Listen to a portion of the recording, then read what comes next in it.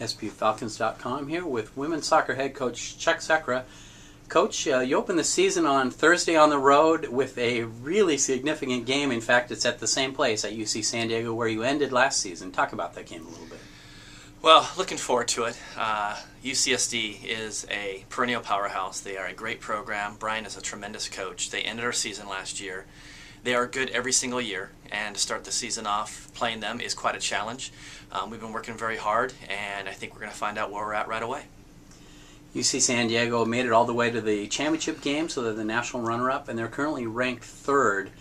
Did that give your team motivation in preseason training and during the summer? I think absolutely. I mean, playing San Diego the first game of the year, all of our kids, and they're just so committed, intelligent, and great student athletes, and their commitment level just, they just realize we've got to be ready. So I think that's been on the forefront of their minds, preparing for that since school got out, and I think one of the most wonderful things is that every single one of our field players passed the fitness test this year. We raised the bar on the fitness test, and every kid passed the flying colors, which just showed how hard they prepared this summer.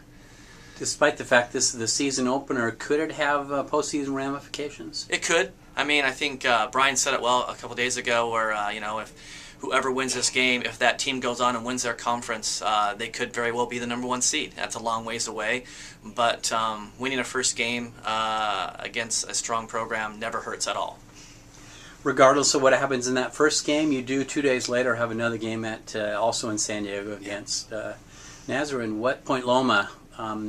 Concerned at all about a lapse in that with such a big opener? Boy, I hope not. I mean, Point Loma's got a great program as well, up and coming. It just came in Division II, but has done incredibly well. I'm sure they're going to be even better this year. So that's a great challenge for us. Anytime you play on a quality team, a very good program's home field, you've got to be ready to go. Your team, a real veteran squad with 10 returning starters. Has that shown up in preseason? It has. These kids know what we want to do. They've been sharp. There's been a lot of leadership.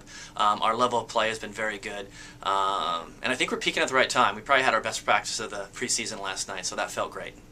Opening on the road's never easy, but does that help that you have such an experienced squad? Absolutely. I mean, I think it just helps the fact that the last time we played in a game that counted was on this field. So our memories in that way are short. I mean, we remember what happened last year, how our season ended, and we understand and respect what an amazing program, and it's going to be a great game, and we're prepared to give our best foot forward and give it after it. Any particular players you could single out that you expect real exceptional seasons from this year? Well, I do. I mean, I think you look at our two holding mids, and Emma Holm and Annie Thomas, and they're just great on the ball and have been rocks and players that we can play through. I think Alexa Diaz has been fantastic recently, scoring goals, getting forward.